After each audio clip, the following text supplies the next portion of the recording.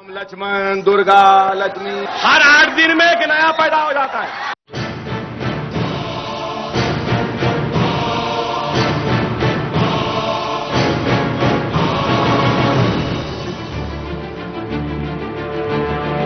बड़े ठाकरे, कहाँ के ठाकरे फाकरे, आओ।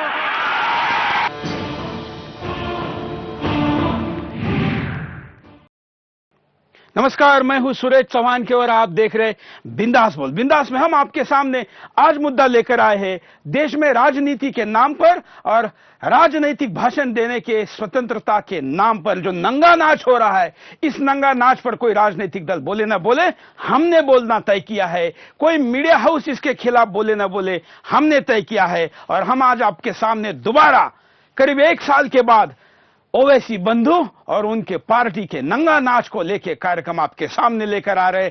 हम पूछ रहे समस्त हिंदुस्तान को ये सवाल कि आखिर इन ओवैसी बंधुओं का एमआईएम पार्टी का नंगा नाच बंद होगा कि नहीं होगा, होगा तो कैसे होगा। इनके भाषणों को अगर आप देखेंगे तो ये इतने जहरीले हैं कि इसके कान में शब्द जाते ही जहर फैल जाता है। ये इतने धर्म विरोधी है कि एक दूसरे धर्मों के खिलाफ लोग लड़ने के लिए तैयार हो जाते हैं। इसके दल ने भले ही महाराष्ट्र में 2 एमएलए जीते हो, लेकिन महाराष्ट्र के 2 टुकड़े करने में यह कामयाब रहा है और बड़ी मात्रा में वोट तो लिए ही है। लोगों के मन में हिंदू मुस्लिम के विरुद्ध तो जहर फैलाया ही, मुसलमानों के मन में भी देश के प्रति और हिंदुओं के प्रति जहर फैलाने में इसने कोई कमी नहीं रखी। इसलिए इस पर कार्रवाई होने तक पिछली बार हमने लगातार कार्यक्रम चलाया था और आंध्र प्रदेश सरकार ने इसको लंदन से वापस बुलाकर अरेस्ट किया था।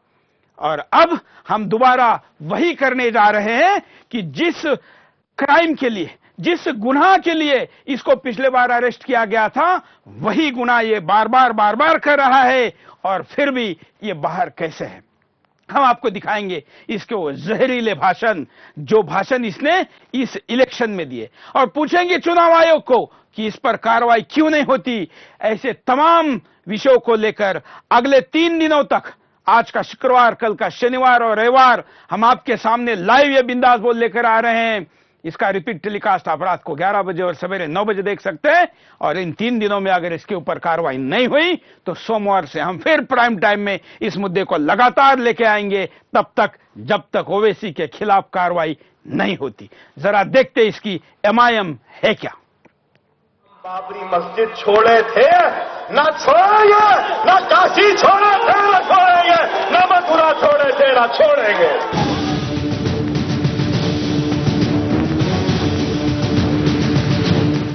संस्थापक नेता बहादुर यार जंग भारतद्रोही था। साथ ही वो हैदराबाद को भारत में मिलाने का कड़ा विरोधी था। अपने अलग विचारों के चलते संगठन का अलग संविधान, झंडा और काम करने के तरीके बनाकर उसने उस समय के मुस्लिम लीग से संबंध स्थापित किया था। इतना ही नहीं, हैदराबाद को भारत से तोड़ने के लिए हैदराबाद की जनता को धमकाने और अपने दबाव में रखने में भी वो आगे था। 15 सितंबर 1948 को भारत ने निजाम के विरुद्ध पुलिस कार्यवाही कर उसका संस्थान 17 सितंबर को भारत में मिला लिया। उसी दिन भारत सरकार ने इत्तेहाद उल मुसलमीन संगठन पर प्रतिबंध लगा दिया था। ये प्रतिबंध साल 1957 में हटाया गया। इत्तेहाद उल मुसलमीन का मूल इतिहास यहाँ खत्म तो हो गया था, लेकिन उसकी जड़ें जिंदा थी। साल 1974 में उसके कार्य को पूरा करने का सुल्तान सलाउद्दीन ओवैसी ने शुरू किया। सुल्तान सलाउद्दीन ओवैसी ने इत्तेहाद उल मुसलमीन के काम करने के पुराने तरीके को फिर से जिंदा किया। इतना ही नहीं, उसने इस्लामी राज्य प्रस्थापित करने की राजनीति फिर से शुरू कर दी। आगे चलकर सलाउद्दीन ओवैसी ने अपने दल का उत्तरदायित्व अपने दोनों बेटों बैरिस्टर असदुद्दीन ओवैसी और अकबरुद्दीन ओवैसी को सौंप दी। आज इन दोनों भाइयों का हैदराबाद में दबदबा है। यहाँ पर इनकी सत्ता चलती है।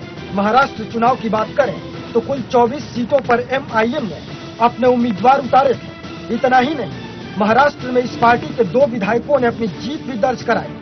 अब इसे दहशत नहीं तो और क्या कहा जाएगा कि यहाँ की जनता इन दोनों भाइयों का विरोध नहीं करती, चाहे ये कितने ही भड़काऊ भाषण क्यों न दे। विवाद को पैदा करने में तो इन दोनों भाइयों ने महारत हासिल की हुई है। बड़ा भाई असदुद्दीन ओवैसी हैदराबाद से सांसद है, तो छोटा भाई अकबरुद्दीन ओवैसी विधायक। दोनों की शिक्षा तो उच्च स्तर की है, लेकिन स्थानीय स्तर की गंदी राजनीति करने में ये पीछे नहीं है।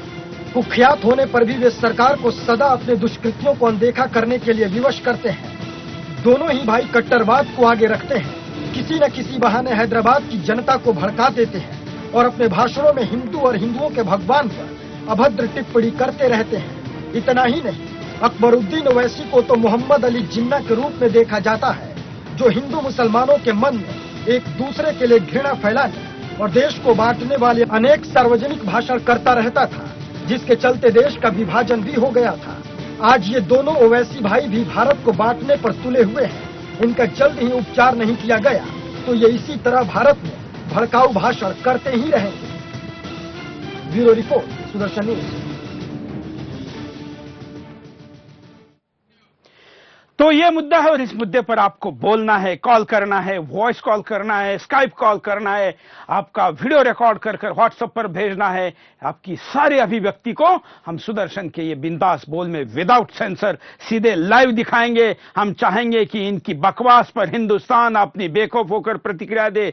हैदराबाद के वो लोग जो इसके जुल्मों और आतंकों को डर कर वहां मुंह नहीं खोल सकते, वो भी कॉल कर अपनी बात को कहे, बताए हिंदुस्तान को कि जहां पर ये लोकतंत्र के नाम पर नंगा नाच करते उस हैदराबाद में भी क्या स्थिति है। और महाराष्ट्र के चुनाव में हुए भाषण तो हम आपको दिखा ही रहे हैं। एक कॉलर के पास चलता है। जय हिंद। जैसे लोगों को रास्ता में बंद करके इन्हें सारी जिंदगी जेल में रखना चाहिए। ऐसे लोगों को बिल्कुल बाहर निकलने नहीं देना चाहिए और जरूरत पड़े तो इन्हें फांसी पे लटका देना चाहिए, जब इनका बोल बंद होगा। धन्यवाद। हम आपको ये कॉलर कह रहा है कि रासुका के नीचे राष्ट्रीय सुरक्षा कानून के अंतर्गत इसको अरेस्ट करना चाहिए, लेकिन दुर्भाग्य की चीज है कि इसको पिछले बार भी जब अरेस्ट किया गया तो महज 10,000 रुपए की, केवल 10,000 रुपए की जमानत पर इसको रिहा किया गया। देशद्रोह का आरोप जिसके ऊपर लगा उसको केवल 10,000 की जमानत पर अगर रिहा किया जाता है तो उसके बाद आखिर कैसे ये बोलना बंद करेगा। इसको ये अकरुद्दीन ओवैसी के पुराने वीडियो जरा हम आपको दिखाकर शुरू के 2 वीडियो पुराने दिखाते जिससे कि आपको रिकॉल हो, या जिन्होंने ये नहीं देखे हैं क्योंकि सुदर्शन छोड़ के देश के किसी भी चैनल ने इसके वीडियो नहीं दिखाए थे, वो जहरीले हम आपको 2 वीडियो पहले दिखाते हैं। उसके बाद इस चुनाव में इसने क्या कहा है ये भी दिखाते, जरा दिखाते हैं कि हिंदू भगवानों के बारे में ये क्या कहता है। गुजरात का फिसाद काफी नहीं है मुत्तहिद होने के लिए। क्या मुजफ्फरनगर का फिसाद काफी नहीं है मुत्तहिद होने के लिए? क्या आसाम की जलती हुई हमारे बस्तियां क्या काफी नहीं है इंतशार को खत्म करके मुत्तहिद होने के लिए? अरे मैं पूछना चाहता हूं, अगर तुम मुंतजर हो तो किस तबाही के दस्तक देने के इंतजार में हो? आखिर कब उठोगे? मुजफ्फरनगर में कैसा हुआ? अरे मेरी एक बहन दौड़ती हुई सरपंच के पास गई, ये सोच कर के सरपंच बचाएंगे। घर में सरपंच ने उसको बिठाया, कमरा बंद किया, ढोल मंगाया, ढोल बजा बजा कर लोगों को बारी बारी छोड़कर उसकी इस्मत को, उसकी आबरू को लूटा। ये इस चुनाव में बोला हुआ आपको गलती से दिखाया गया है, ये बाद में दिखाना था, लेकिन इसमें भी ये लोगों को कैसे उस्काता है। जो घटना घटी ही नहीं उस घटना को झूठ बोलकर, जोर से बोलकर आपके सामने बताता है। जो घटना ये बता रहा है मुजफ्फरनगर के दंगों में, इसके समर्थकों ने भी इस घटना का उल्लेख नहीं किया जिसमें ये महिला की लूटती हुई आबरू के बारे में बताता है। ये महाराष्ट्र में एक घटना बता रहा है, आंध्र प्रदेश में बता रहा है, दूसरे राज्यों में बता रहा है, और लगातार आजादी के बाद से अब तक के मुसलमानों के खिलाफ हुए दंगे और अत्याचारों की बात करके लोगों को उस्काकर धर्म के नाम पर वोट मांग रहा है। हम आपको इसका एक पैकेज दिखाते जो मैं पुरानी वाली बात कर रहा हूं कि ये भगवानों को 8 दिन में तैयार करने की क्या बात करता है। देखिए। ठीक है, और एक बात मैं कहूंगा, कई ये लोगों के खुदायां हैं, वो क्या क्या जो पूजा करते हैं, कितने राम लक्ष्मण दुर्गा लक्ष्मी फुला क्या क्या है, कितने वही हर 8 दिन में एक नया पैदा हो जाता है। अब तो नए आ गए, गणेश थे, वो थे महाराज, अब हनुमान जयंती आ गई, रामनवमी आ गई, लक्ष्मी मालूम थी, ये भाग्य लक्ष्मी आज तक नहीं सुने। ये कौन सी नहीं है भाई? और दुर्गा सुने, ये सुने। बहरहाल मैं क्या बोलूं, कैसे कैसे नामा है। ये मुबारक महफिल में वो मनुष्य नामों को लेके खराब करना नहीं चाहता। इसके बाप के जन्म के पहले से हैदराबाद में भाग्य लक्ष्मी की पूजा होती है, लेकिन उसको याद नहीं कहता है, पता नहीं कहता है। और सबसे आपत्तिजनक बात कि ये हिंदू देवी देवताओं के नामों को नापाक कहता है, नाजायज कहता है, और वो महफिल को पाक कहता है जहां पर खड़े होके ये आपको गाली दे रहा है, लात मार रहा है और आपके सामर्थ्य को चुनौती दे रहा है, आपके आस्था को ठेस पहुंचा रहा है। इसके ये वीडियो आप देख चुके हैं, पहले भी हम आपको दिखा चुके हैं, लेकिन आपको रिकॉल हो इसके लिए एक और दो और दिखाएंगे। लेकिन पहले कॉलर के पास चलते कि कॉलर क्या कहना चाहता है। जय हिंद, बोलिए क्या कहना है आपको। सुरेश जी जय हिंद। हाँ, हमको तो सुरेश जी आप नाराज नहीं होइएगा, मतलब हमको ये कहना है कि जब कुत्ते पागल हो जाते हैं ना, उन्हें गोली मार दी जाती है। हाँ। लेकिन हमारे सरकार, प्रशासन और सबसे बड़ी बात हमारे शिवसेना के लोग थे कहाँ जब ये कुत्ता भौंक रहा था? तो जब ये कुत्ता भौंक रहा था तो हमारे शिवसेना के लोग कहाँ थे? बोलते हैं कि हम बहुत बड़े हिंदुत्ववादी हैं। बिल्कुल, कोई हिंदुवादी इसके खिलाफ नहीं बोला। ये क्यों नहीं बोला, ये मैं परसों बताऊंगा, नाम लेके बताऊंगा, प्रूफ के साथ बताऊंगा। लेकिन आज हम इसको पूछ रहे हैं, आपको हिंदुस्तान ने तय करना है कि इनको कैसे रोकना है। एक और वीडियो हम आपको इसका दिखाते हैं, ये क्या कहता है। अरे हम असेंबली में खड़े होते हैं ना, 254 है, 254 पूरे एमएलए हैं, उसमें से सिर्फ 7 मुसलमान हैं। शेरवानी वाले सिर्फ 7 हैं। लेकिन देखो 290 पे भारी है ये। इस वास्ते कहते एक मियां बाई 10 पे भारी है।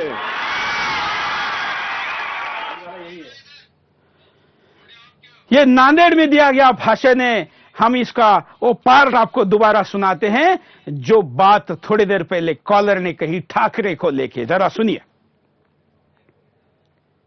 क्या कहता है, ये क्या बोलता है, सुनिए। आपके सामने एक और वीडियो दिखाते हैं, इसी में आपने अगर सुना होगा एक पार्ट, ये क्या कहता है। क्योंकि महाराष्ट्र जहां पर ठाकरे अपने आप को गुमान मानते हैं, उनके वहां पर किए कामों को अगर हम भी माने तो भी, लेकिन ओवैसी के इस भोंकने पर उनमें से कोई भी क्यों कुछ नहीं बोला, ये सवाल तो बनता है। देखिए क्या कहता है।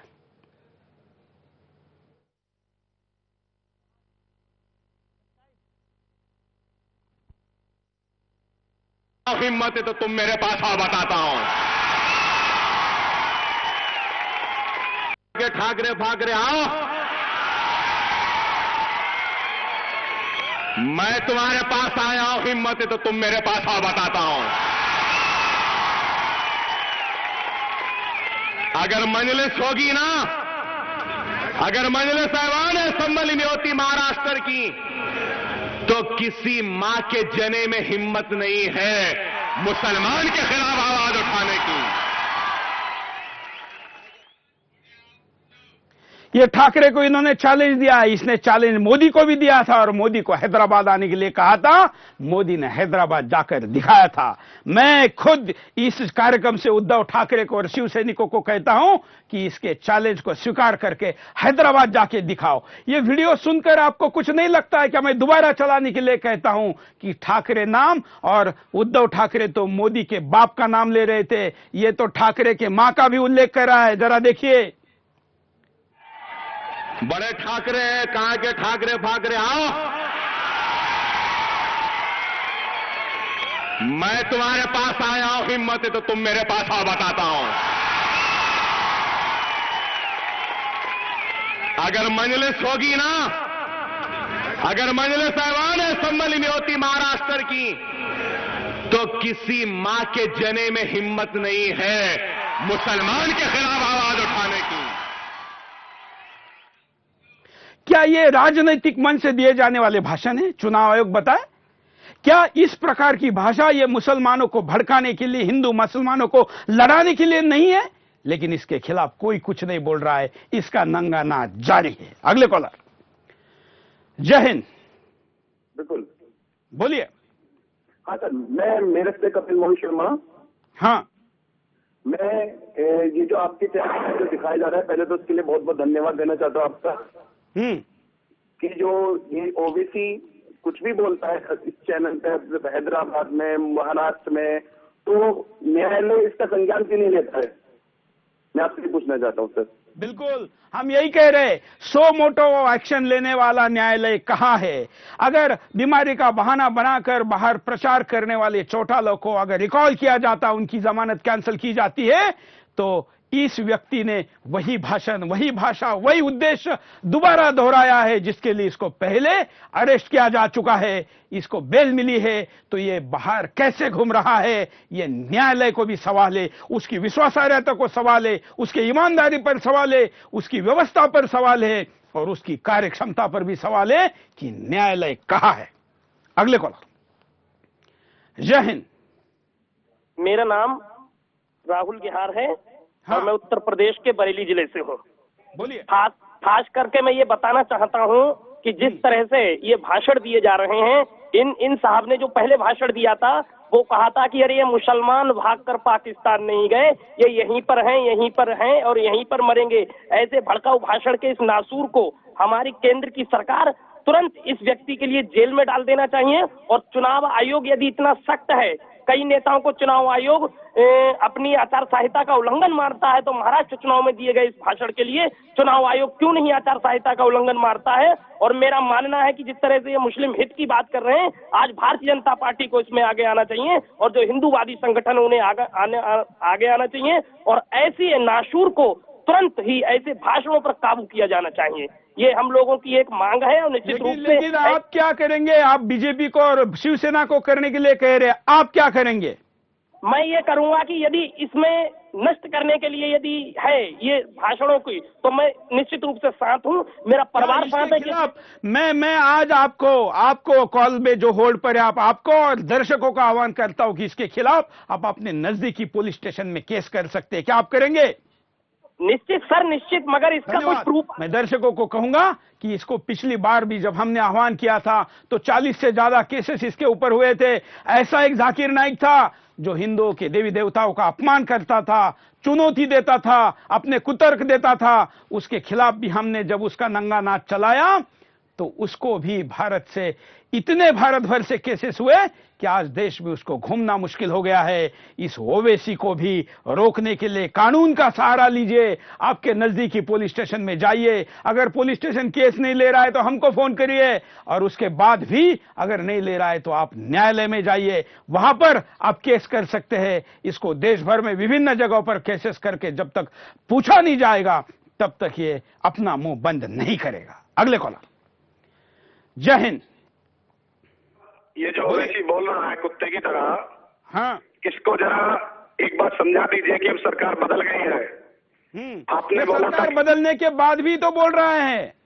इसे बताइए कि तेरे हैदराबाद में टिकट पर सुनने के लिए लोग मोदी जी को आए थे, शायद दुनिया के पहले नेता हैं, और इस पर गृह मंत्रालय से कार्रवाई कराई जाए, और इस देश के जो सेकुलरिज्म की बात करने वाले राजनीतिक दल हैं, उन दलों को चैनल पर लाकर पूरे देश के लिए एक संदेश जाना चाहिए, एक डिबेट हो कि धर्मनिरपेक्षता, सांप्रदायिकता क्या है इस देश के अंदर।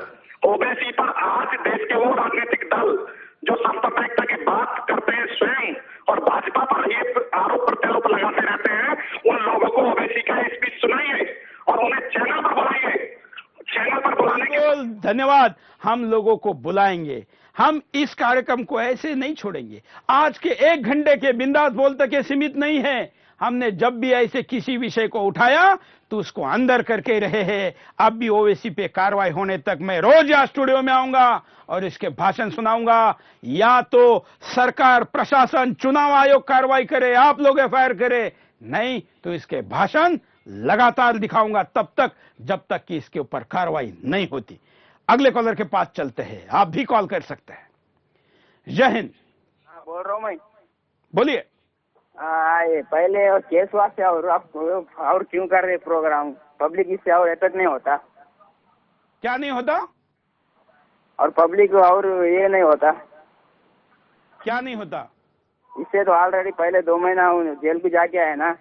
हाँ, तो यही तो हम कह रहे हैं कि जिन गुनाह के ऊपर 2 महीने जेल में जाके आया, जेल के बाहर आकर वही गुनाह अगर दोबारा करा है तो फिर क्या कोर्ट सो रहा है, पुलिस आंखें बंद कर बैठी है, और आप सभ्य समाज, अपने आप को जागरूक कहने वाला समाज इस पर क्यों नहीं बोलता है? इसीलिए तो आज का बिंदास लेकर आए हैं। अगले कॉलर। जय हिंद। बोलो। हाँ बोलिए। हेलो। हाँ मैं माधवराव खानजोड़ी बोल रहा हूँ, नांदेड़ से। बोलिए। हाँ, वो आयुषी ने उसके बच्चा खराब बातें कर रहा। हाँ, वो हौसा तलो का लातूर का है उन्हें। हाँ, उसको है कि नहीं? हाँ, उसके ऊपर 25 गुना दाखिल है हौसे में। हाँ, हौसा में उसके ऊपर 25 गुना दाखिल है। फिर भी ये घूम रहा है। उन्हें घूम रहा, पर कैसी टेढ़ी बात करके हिंदू मुसलमान में, हमारे में दोस्ताने में बहुत गलत बात करके हंसा रहा है। यहाँ पर कैसा नांदेड़ में तो नांदेड़ के लोगों ने उसको नगर पालिका में भी जिता के दिया है। नांदेड़ नगर पालिका में जिता के दिया नहीं है, गलती से कैसे एक ही जगह है कि नहीं, पूरा मुसलमान वाला है छोटा पाकिस्तान। धन्यवाद। कॉलर के पास चलते हैं, आप भी कॉल कर सकते हैं, अपनी बात को रख सकते हैं। जय हिंद। बोलिए, क्या कहना है आपको? समाज के लिए बहुत गलत है और ऐसे लोगों को जिंदा नहीं रखना चाहिए। ऐसे लोगों को जिंदा नहीं रखना चाहिए। ऐसे लोगों का तो छोड़िए, उसकी पार्टी जिंदा हो रही है, बढ़ रही है, सीट विजयी पा रही है। हाँ, धन्यवाद। और कॉलर को कहूंगा कि नए नए तर्कों के साथ अपनी बात को कहे, अपने तर्कों को इस तरीके से रखे कि ओवैसी के कुतर्कों का मुंह बंद होना चाहिए। मैं मुस्लिम भाइयों को भी कहूंगा कि जो इसके विचारों से सहमत नहीं, वो आगे आए, इसके खिलाफ केसेस करे, फोन करे, अपनी बात को रखे, क्योंकि हर बार जब भी बोलने खड़ा होता है तो 25 करोड़ लोगों की बात करता है। हमारे देश के प्रधानमंत्री 125 करोड़ की बात करते हैं, ये कहता है 25 करोड़ भारत के सारे मुसलमानों का प्रतिनिधित्व करने का यह दावा करता है।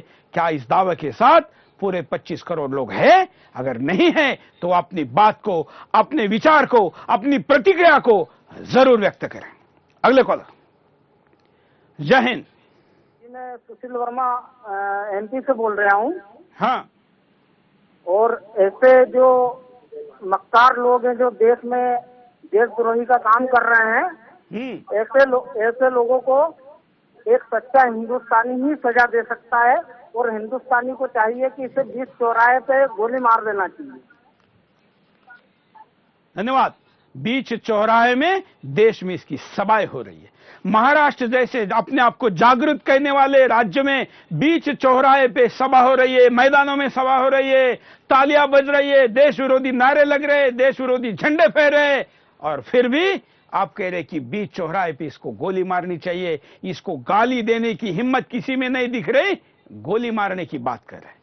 जरा आपको दिखाते हैं कि ये हैदराबाद में इसका दल है, आंध्र प्रदेश में, तेलंगाना में कुछ सीटें जीता है, महाराष्ट्र में केवल 2 सीटें जीती है, लेकिन ये बात करता है दुनिया को फतह करने की। देखिए जरा इसके इरादे क्या है। दुनिया को फतह कर सकते हैं, हिंदुस्तान तो बहुत छोटा है जी। तिरुपति का व उनका जो भी है वहां बैठा हुआ,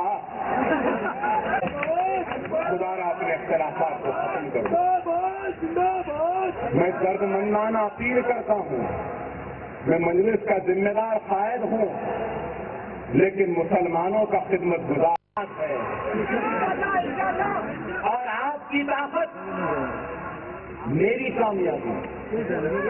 मैं अकेला चला जाऊं तो कुछ नहीं, आप अकेले चले जाएं तो कुछ नहीं, आप हम मिल के जाएं तो ये दुनिया को फतेह कर सकते हैं। हिंदुस्तान तो बहुत छोटा है जी।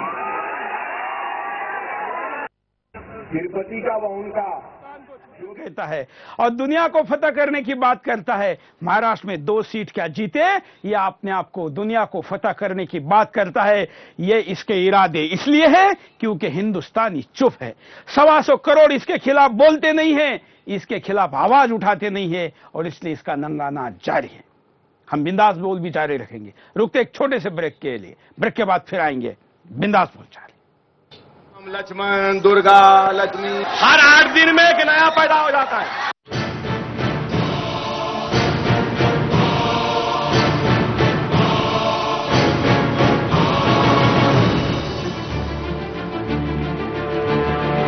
बड़े ठाकरे हैं, कहां के ठाकरे फाकरे, आओ।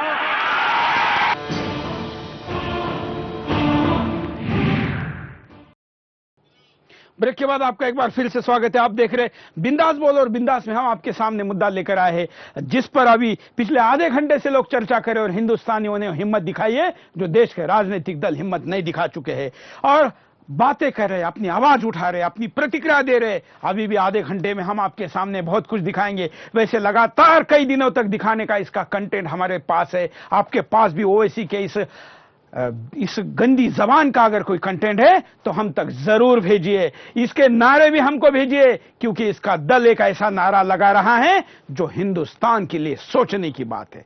यह नारा मैं चैनल से दावे के साथ इसलिए बता रहा हूं क्योंकि लोगों के पास इसके वीडियो है। मैं भी चैनल पर दिखाने लायक वीडियो के साथ आपको यह दिखाऊंगा जिसमें यह कहता है कि ऊपर छाता नीचे छाया, भागो हिंदू ओवैसी आया। हिंदुस्तान में हिंदुओं को भागने की बात करने वाला ओवैसी असल में कितना गंदा है, कितना जहरीला है। हिंदुस्तान के खिलाफ युद्ध करने की बात करता है। देशद्रोह का आरोप इसके ऊपर है और इसके भाषणों को लोग जाते हैं। देखिए इसका वो भाषण जो कि लोगों ने केवल उल्लेख किया लेकिन दिखाया नहीं, पहले वाला है, लेकिन आपको इसकी दुष्टता की जानकारी हो इसलिए आपको दिखाता हूं कि यह हिंदुस्तान को बांटने की क्या बात करता है। अरे हम असेंबली में खड़े होते हैं ना, 254 है, 254 पूरे एमएलए हैं, उसमें से सिर्फ 7 मुसलमान हैं। शेरवानी वाले सिर्फ 7 हैं, लेकिन देखो 290 पे भारी है ये। इस वास्ते कहते एक मियां बाई 10 पे भारी है। ये जो भाषण इसने यहां पर दिया है ये आंध्र प्रदेश के उस असेंबली की बात कर रहा है जहां पर दूसरे धर्मों के लोग भी है, दूसरे पार्टियों में मुसलमान भी है, लेकिन ये अपने दल को, अपनी पार्टी को, केवल अपने पार्टी को, अकेले के पार्टी को मुसलमानों की पार्टी कहता है। क्या भारत का कानून, क्या भारत का चुनाव आयोग किसी को धर्म के आधार पर पार्टी कहने की बात अलाउड देता है, परमिशन देता है? नहीं देता। लेकिन ये फिर भी कहता, मैं दोबारा चलाने के लिए इसको कहता हूं कि कैसे ये अपने आप को मुसलमानों का नुमाइंदा दिखाता है, कैसे ये हिंदू को वो 10 कौड़ी का 2 कौड़ी का तय करता है और अपने आप को 16 आने कहता है। देखिए इस वीडियो को दोबारा आपके साथ। के खिलाफ आवाज उठाने की, अरे ये जमात की ताकत है, मजलिस की ताकत है। अरे हम असेंबली में खड़े होते हैं ना, 254 है, 254 पूरे एमएलए हैं, उसमें से सिर्फ 7 मुसलमान हैं। शेरवानी वाले सिर्फ 7 हैं, लेकिन देखो 290 पे भारी है ये।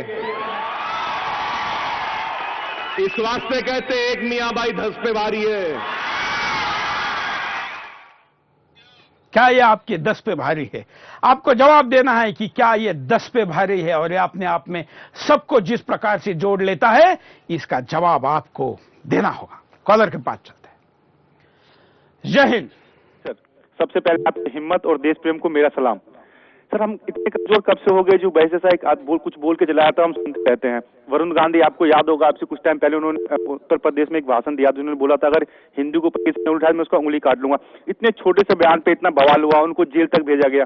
लेकिन वैसे ऐसा आदमी जो इतने गंदे वर्ड बोलता है हिंदुओं के लिए, लेकिन उसके खिलाफ सरकार कोई कार्रवाई नहीं करती। अभी आप FIR की बात कर रहे थे कुछ देर पहले, हिंदुस्तान FIR। सर हम क्यों करवाएं FIR? नेशनल चैनल पे आप दिखा रहे हो, वो बंदा बोल रहा है, हजारों की भीड़ उसको सुन रही है, उसके लिए एफआईआर करवाने की क्या जरूरत है हमें? सरकार, अरे सरकार अगर कायर होके बैठी है तो हम भी बैठेंगे क्या?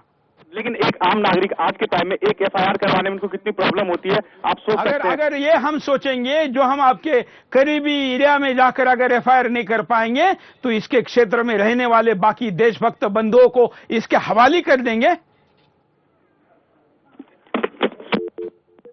हम अपने कर्तव्य से मुंह नहीं मोड़ सकते।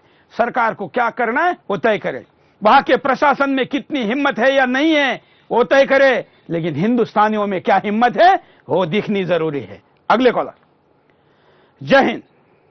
मैं ये आपके माध्यम से कहना चाहता हूं कि ये जो कांग्रेस वाले जो है हमेशा जो आरएसएस या नहीं तो बीजेपी के तरफ जो हमेशा भाषण जो बोलते हैं तो उनके पीछे पड़ जाते हैं, वैसे ये खुलेआम चुनौती दे रहा है कि अपने हिंदू या कोई भी किसी भी मजहब के ऊपर उठाने का नाम और निशान ये है।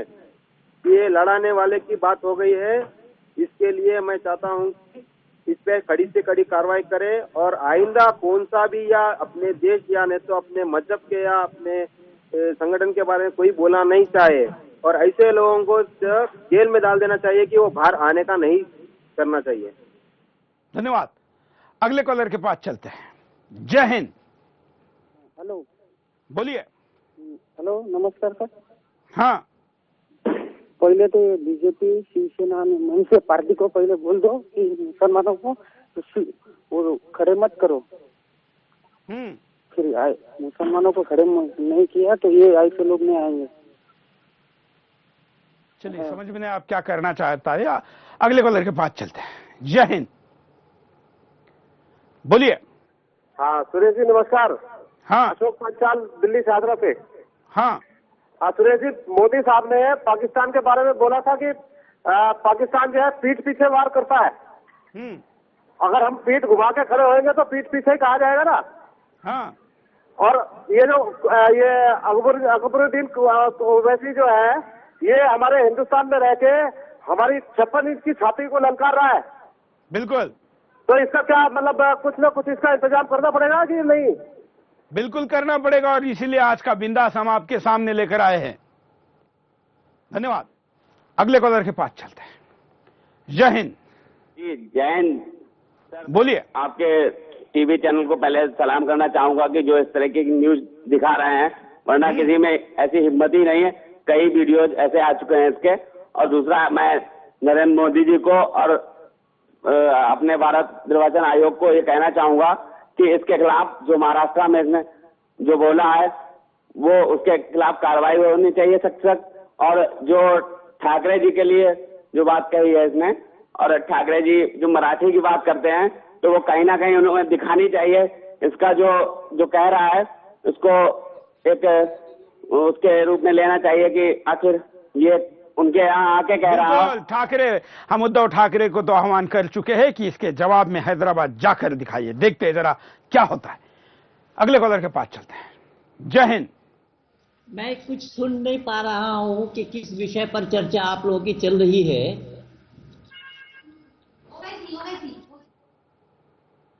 चलिए जरा अगले कॉलर के पास चलते हैं, हम कहेंगे कि ठीक से सुनकर फिर कॉल करिए।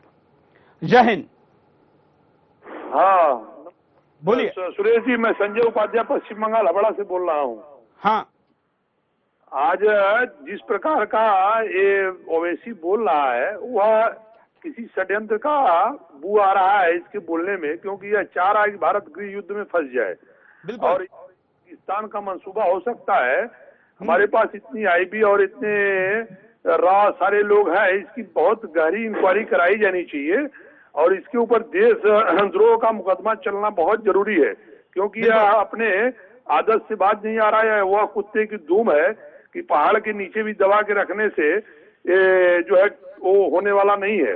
और इसको यह मालूम होना चाहिए कि जो है यह जिसकी बात कर रहा है वो कभी भी बहादुर नहीं रहे। हिंदू हमेशा बहादुर रहे हैं, लेकिन हिंदुओं ने कभी कायरता नहीं दिखलाई जिस तरह से कायरता दिखला रहा है।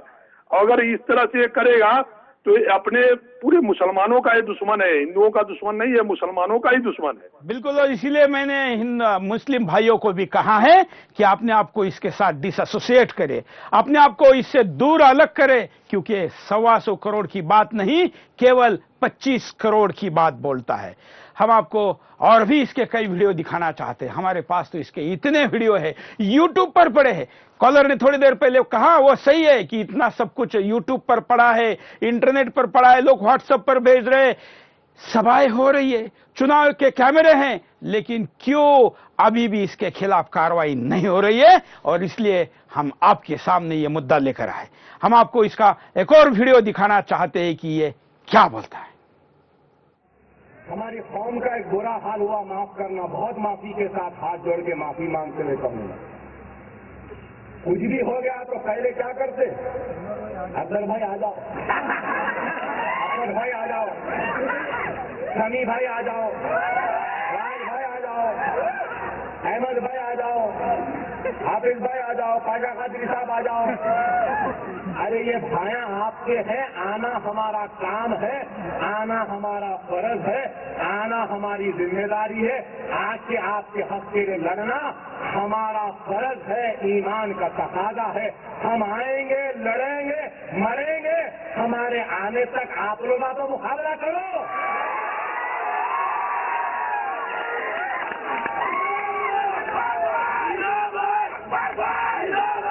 2 घंटे तक आप मुकाबला करो, 2 घंटे के बाद हम कर लेते हैं। उसका तो करीमनगर वाले कर सकते ना भाई।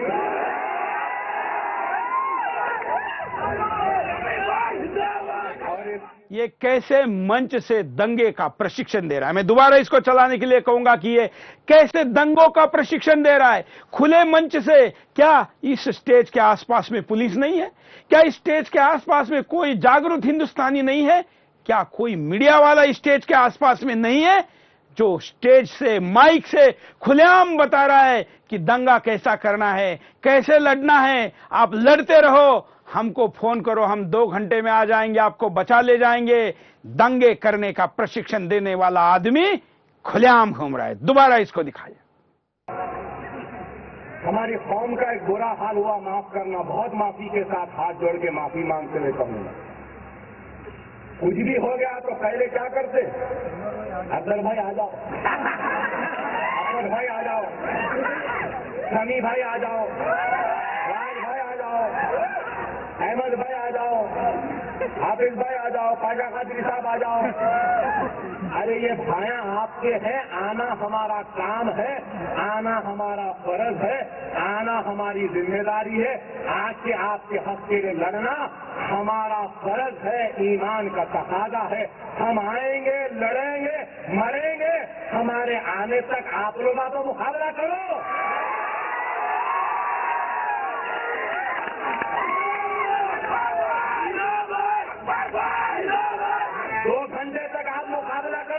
के बाद हम कर लेते हैं। उसका तो करीमनगर वाले कर सकते ना भाई। अगले कॉलर के पास चलते हैं। जय हिंद। अच्छा, बोलिए। जय हिंद सर। हाँ सर, मैं ये कहना चाहता हूँ, मेरा नाम ध्रुव नारायण हिंदुस्तानी है सर। और मैं ओवैसी को एक संदेश देना चाहता हूँ कि जो ये जितने भी कुत्ते होते हैं या सियार होते हैं, ये झुंड में आते हैं, और जो शेर होता है वो अकेला आता है। तो मेरा संदेश दे दीजिए, ओवैसी की औकात है तो एक बार वो हम हिंदुस्तानियों, सच्चे हिंदुस्तानियों के सामने आ करके एक बार ये जो बोलता है एक बार बोल के दिखाए। फाड़ ना दे तो नाम बदल दीजिएगा सर। पहले एफआईआर तो करिए। धन्यवाद। हम देखना चाहते हैं कि बात करने वाले हिंदू या बात करने वाले हिंदुस्तानी इसके खिलाफ कितने एफआईआर करते हैं, कितने कोर्टों में, कितने पुलिस स्टेशनों में इसके खिलाफ प्रतिक्रिया आती है, दावे दाखिल किए जाते हैं, आरोप पत्र दाखिल किए जाते हैं, इसको घसीटा जाता है, कितनी जगह पर इसको लेके लोग बात करते हैं, कितनी जगह पर निवेदन दिए जाते हैं। आप जानकारी भेजिए। इसके खिलाफ जो भी कुछ करेगा, इसके असंवैधानिक चीजों के खिलाफ जो भी संवैधानिक जो काम करेगा, उसको हम पूरी प्रसिद्धि अपने चैनल से देंगे। अगले कॉलर। जय हिंद। हेलो, जय हिंद श्रेय जी। हाँ सर, मैं JNK से सुनील चौधरी बोल रहा हूँ। बोलिए। हेलो। बोलिए बोलिए। सर मेरा ये कहना है कि इस देश में अगर मोहन भगत जैसे जो लोग हैं, देशभक्त लोग हैं, वो देशभक्ति की बात करते हैं तो तब उन पर 100 उंगलियां होती हैं। तो अगर ओवैसी जैसे लोग देशद्रोह शरेआम करते हैं, इन पर क्यों ये सभी पार्टियां जो है मौन रहती हैं? बिल्कुल, और मीडिया भी क्यों मौन रहता है, ये भी सवाल है। धन्यवाद। अगले कॉलर। जय हिंद। हेलो, बोलिए, क्या कहना चाहते हैं? जय हिंद सर, सोम यादव बोल रहा हूँ सर। हाँ सर, मैं ये कह रहा हूँ कि अगर ये हेलो। हाँ सर, मैं सोम यादव बोला। मैं सर ये कह रहा हूँ, अगर ये मुसलमानों का हितैषी है तो जब यहाँ यूपी में दंगे होते हैं तो ये क्यों नहीं आते हैं? आज क्या जम्मू कश्मीर में बाढ़ गए तो हमारे प्रधानमंत्री नरेंद्र मोदी जी गए हैं कि नहीं गए हैं? उन्होंने तो वहाँ क्या हिंदू मुस्लिम कोई जात पात नहीं देगा। अगर ये मुसलमानों के हितैषी होते हैं तो जब दंगा होता है तब वहाँ क्यों नहीं जाते हैं? ये कुछ नहीं, बस ये नेता। बिल्कुल बिल्कुल, ये आग बुझाने वाले नहीं है, ये पानी पिलाने वाले नहीं हैं, ये आग लगाने वाले हैं। और इसलिए जब भी कहीं मुस्लिम भाई मुश्किल में फंसा तो ये वहां जाने का कोई उदाहरण, जितने कम से कम उतने जोर से जाने का उदाहरण नहीं है जितना जोर शोर से उतना नेता उनका नेता होने की बात करता है। अगले कॉलर। जय हिंद। बोलिए, क्या कहना है आपको? हेलो। हाँ, मुझे ये बात बोलना। हेलो, बोलिए।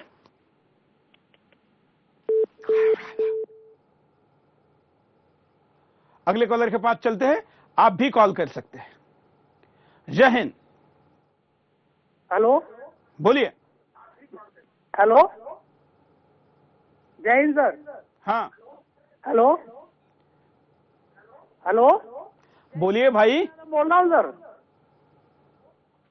हेलो।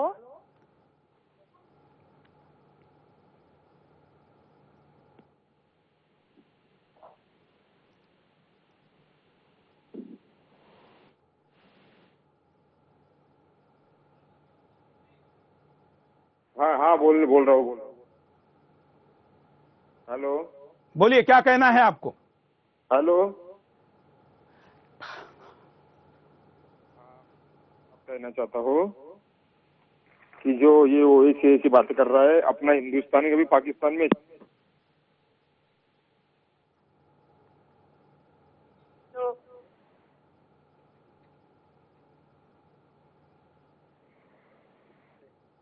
हेलो। बोलिए। हाँ, मेरा ये कहना है, जय हिंद, कि हाँ बोलिए। हेलो। हेलो, बोलते रहिए भाई साहब, हेलो हेलो करेंगे तब तक ये और 10 गालियां बकेगा। हाँ, हमारा ये कहने का मतलब है कि जो कुत्ते भौंकते हैं वो काटते नहीं है। अगर इनमें इतनी कुव्वत है तो नरेंद्र मोदी जहाँ भी इनकी पार्टी जीत रही है वहाँ ये रोक के बताएं। आज इनको ये पता नहीं कि कश्मीर भी नरेंद्र मोदी लेके रहेंगे। वहाँ अगर इनमें इतनी कुव्वत है तो वहाँ की जनता को ये भड़का के बताएं कि उनको भी वो वोट नहीं दें। और ये दावा है हिंदुस्तान के सभी लोगों। इसने महाराष्ट्र में 2 सीटें जीता कर लाई है, 2 सीटें महाराष्ट्र में 2 सीटें जीती है, कई प्रतिशत वोट लिया है, और अब ये दुनिया को फतह करने की बात करता है। हालांकि ये इसके ख्याली पुलाव हम जानते हैं, लेकिन 2 सीटें जीतना महाराष्ट्र की मर्द कहने वाली जमात को, वहां के अपने आप को सरदार कहने वाले छत्रपति शिवाजी महाराज का नाम लगाने वाले लोगों के लिए जरूर चैलेंज है। अगले कॉलर। जय हिंद। राम रस बोल रहा हूँ सऊदी अरब से। हाँ, मैं ये सिर्फ कहना चाहता हूँ कि बस इसका समय जल्दी आने वाला है, बस और कुछ नहीं। बस कुछ दिन के बाद सोच लेंगे कि वो वैसी था नहीं था, ठीक है। बस इतना आपको कहना है। बस हमको, मैं इसको धन्यवाद। शायद ऐसा हो जाए, और ऐसा होने के लिए ही हम दुनिया को, भारत को, हिंदुस्तानियों को जगाने की कोशिश करें। अगले कॉलर के पास चलते हैं। जय हिंद। बोल रहा हूँ दिल्ली से। बोलिए। जो ओवैसी जैसे चूहे हैं जो बिल खोदने का काम करते हैं और उपजाऊ जमीन और लहलहाती सौहार्द की फसल को बर्बाद करने की साजिश करते हैं, इन्हें उठा के तुरंत जेल में डाल देना चाहिए। चूहा इसलिए कहा क्योंकि ये बोलते हैं और बिल में घुस जाते हैं। ये न मुसलमानों के हिमायती है न इस देश के हिमायती हैं। ये देश के सबसे बड़े गद्दार हैं और हिंदू और मुसलमान दोनों को समझना चाहिए। इनकी असलियत अब खुल चुकी है।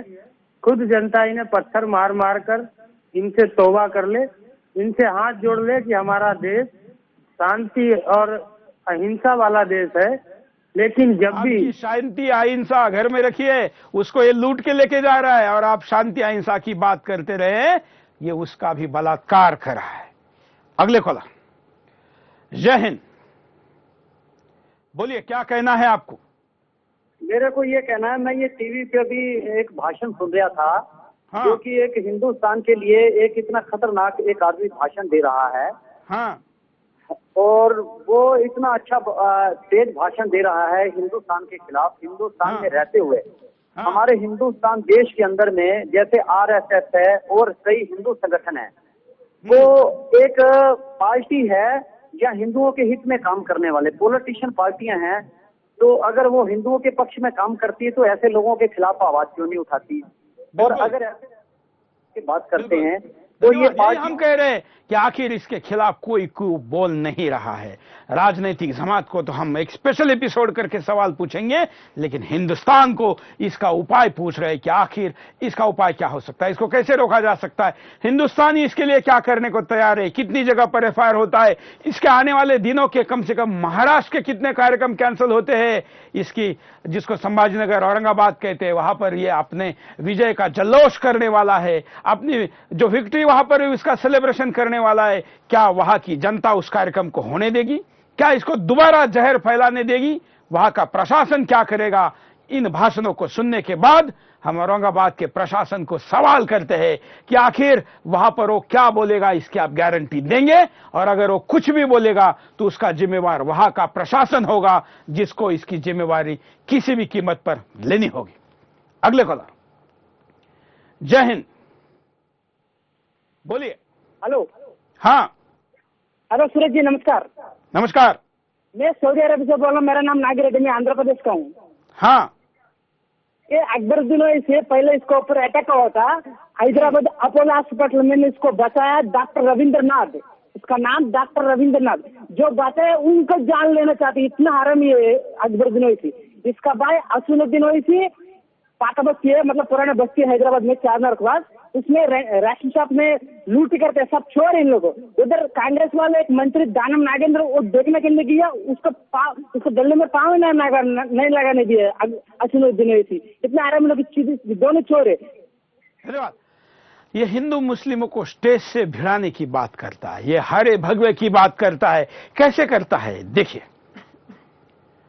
इसका एक और वीडियो आपके सामने। कुछ परस्त मजबूत हो जाएंगे, वो ताकतवर हो जाएंगे। अरे करीमनगर में हरा झंडा लहरा रहा है, बड़े आग के साथ, बड़े ताप के साथ, बड़ी शान के साथ, बड़ी शौकत के साथ। इस झंडे को झुकने न दो। इस झंडे की जगह अपने अख्तिलाफात की वजह से गिरे हुए झंडे को आने मत दो। अगर ये गिरवे झंडे को रोकने की बात कर रहा है, जो लाखों सालों से आने वाला त्याग का प्रतीक है, उसको रोकने की बात कर रहा है, और उसके खिलाफ हरे झंडे को बोल रहा है कि लहरा रहा है। हरे झंडे को एक मिलाकर और सफेद उसके साथ जोड़कर तिरंगा बनाने की ये बात नहीं करता, एक दूसरे को लड़ाने की बात करता है। और फिर भी इसके भाषणों को परमिशन दी जाती है, फिर भी चुनाव के लिए इसको जगह मुहैया कराई जाती है, ये प्रचार करता है। ये प्रचार है या दुष्प्रचार, चुनाव आयोग को इसका जवाब देना पड़ेगा। हम चुनाव आयोग को भी उसके जिम्मेवारी से भागने नहीं देंगे। ये सारे वीडियो के साथ हम चुनाव आयोग के सामने जाकर कहेंगे कि क्या ये एक संवैधानिक है, अगर है तो कैसे, अगर नहीं है तो कार्रवाई क्यों नहीं की, ये भी बताएं। अगले कॉलर, जय हिंद, बोलिए। आप लाइव में जुड़ चुके हैं, क्या कहना है आपका? जय हिंद सर। हाँ, मैं आपके माध्यम से सर महाराष्ट्र की जनता से अपील करना चाहता हूँ कि ये इसके जो है एक जगह नहीं 1000 जगह जो है इसके ऊपर एफआईआर दर्ज होनी चाहिए। और ये दूसरा अबू बकर बगदादी बन रहा है मेरे ख्याल से। हाँ, धन्यवाद। अगले कॉलर के पास चलते हैं। जय हिंद, बोलिए, क्या कहना है आपको? हाँ, हेलो सर। मैं क्या सोचता हूँ सर, मैं नांदेड़ जिले से बात कर रहा हूँ। हाँ, मैं सोचता हूँ क्या ओबीसी का मतलब वो राइजिंग ऑफ जिना, ऐसा आपको लगता है क्या?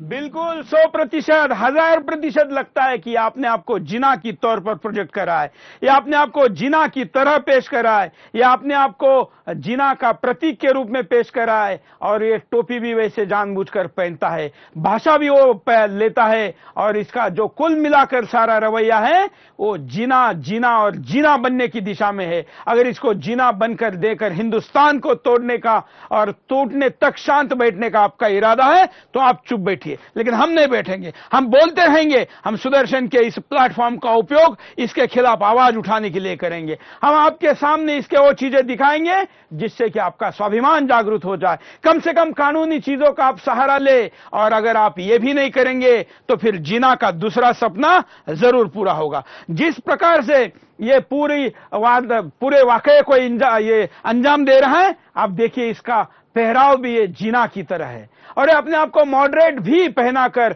दिखाकर लोगों को, आज के युवा मुस्लिमों को भड़काने की कोशिश करता है। मैं एक और ऐसा वीडियो दिखाऊंगा जो इस देश में साईं बाबा पर सवाल उठाने वाले, साईं बाबा को मुसलमान कहने वाले शंकराचार्य के उन भक्तों को पूछता हूं कि अभी साईं बाबा आपके पहले दुश्मन है कि ये आपका पहला दुश्मन है? बताइए ये शंकराचार्य को भी क्या कहता है, सुनिए।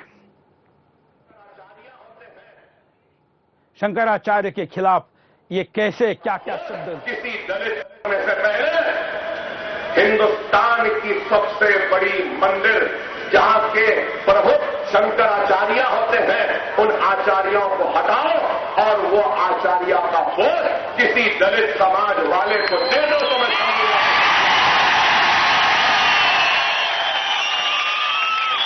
क्या दे नहीं देते? अरे आज हमारा दलित भाई मंदिर में आज भी कई मनाते रह जाए। ये कहूंगा कि ये इसको जरा दोबारा दिखाए। हिंदुस्तान में जहर फैलाने वाले अब इसको सुने और बताए कि शंकराचार्य के बारे में ये बोल रहा है, शंकराचार्य इस पर क्या आदेश देते हैं और क्या कहते हैं। इसको दोबारा सुनिए कि ये शंकराचार्य को भी नहीं छोड़ रहा है। हिंदुस्तान की सबसे बड़ी मंदिर जहां के प्रमुख शंकराचार्य होते हैं, उन आचार्यों को हटाओ और वो आचार्य का बोझ किसी दलित समाज वाले को दे दो तो मैं समझूंगा।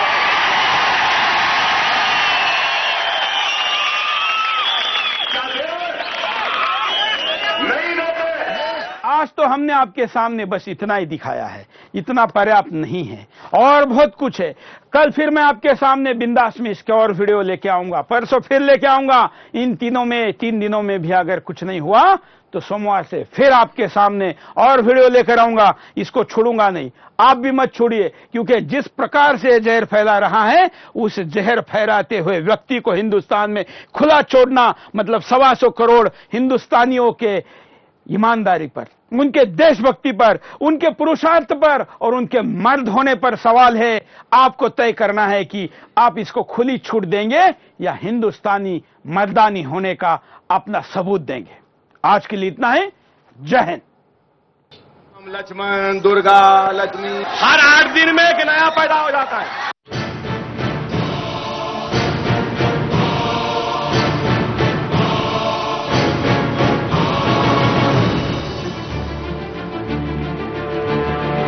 बड़े ठाकरे हैं, कहां के ठाकरे फाकरे, आओ